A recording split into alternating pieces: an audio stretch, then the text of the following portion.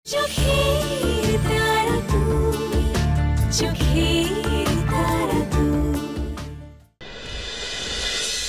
কিন্তু আয়ুষ, একটা কথা কি তুমি বলতে পারো যে ওকে কি ওখানে, মানে ও কি ওখানে গেছে? শেখর আঙ্কেল, এই পৃথিবীতে কিছু কিছু লোক আছে, তাদের আপনি যত ভালো রাস্তা দিয়ে নিয়ে যান না কেন, তারা নিজেদের পছন্দ করা কমফোর্টেবল জোন ছাড়া হাঁটতে পারে না।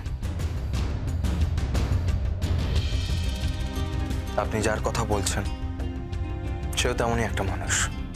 সে তার নিজের পছন্দ করা রাস্তা ছাড়া হাঁটতে কমফোর্টেবল বোধ করে না, আর করেও নি। আর তাই তার যেখানে যাওয়ার কথা সে সেখানেই গেছে। অতলে, একবারে খাদের অতলে গিয়ে ঢুকলো, সেখানেও বাচ্চা মানুষ করবে? বাচ্চা?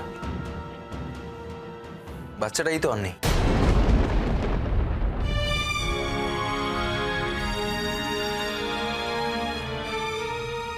কি কি কি বলছিস তুই ডোডো? যা শুনলাম তাই বলছি। হ্যাঁ, যদিও অবশ্য সত্যি কথাটা বলে থাকে আমায়। আরে কি শুনলি বল আমাদের। ট্রেনে ওর বাচ্চাটাকে নাকি আবার কেউ চুরি করে নিয়েছে।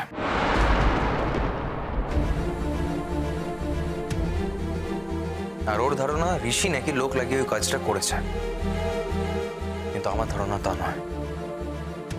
ঋষির সঙ্গে আমার দূরত্ব তৈরি হতে পারে, কিন্তু তার মানে এই নয় যে ঋষির সম্পর্কে আমার ধারণাটা ঝাপসা হয়ে যাবে। তাহলে বাচ্চাটার কি হলো? কোথায় গেল?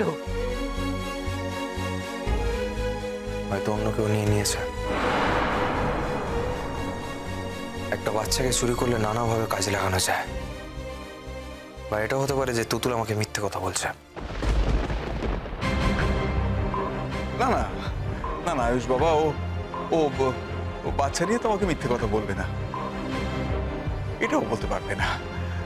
বাচ্চাটাকে ও নিজের বাচ্চা বলে মনে করে, আর নিজের বাচ্চা মানে তোমার বাচ্চা। তোমার বাচ্চার কথা তোমাকে মিথ্যে করে বলবে? শেখর আঙ্কেল, মানুষ সম্পর্কে আমার এতদিন একটা ভালো ধারণা ছিল, বিশ্বাস ছিল, কিন্তু এখন মানুষ সম্পর্কে আমার কোনো বিশ্বাস নেই, কোনো ধারণা নেই, কোনো শ্রদ্ধা নেই। বললাম না আপনাকে, আমি এখন মুক্ত হয়ে গেছি। ডোডো, বিশ্বাস করতে পারছো না বাবা? বাবা, আজ থেকে তোমরা একটা নতুন আয়ুষ কুমারকে দেখতে পাবে।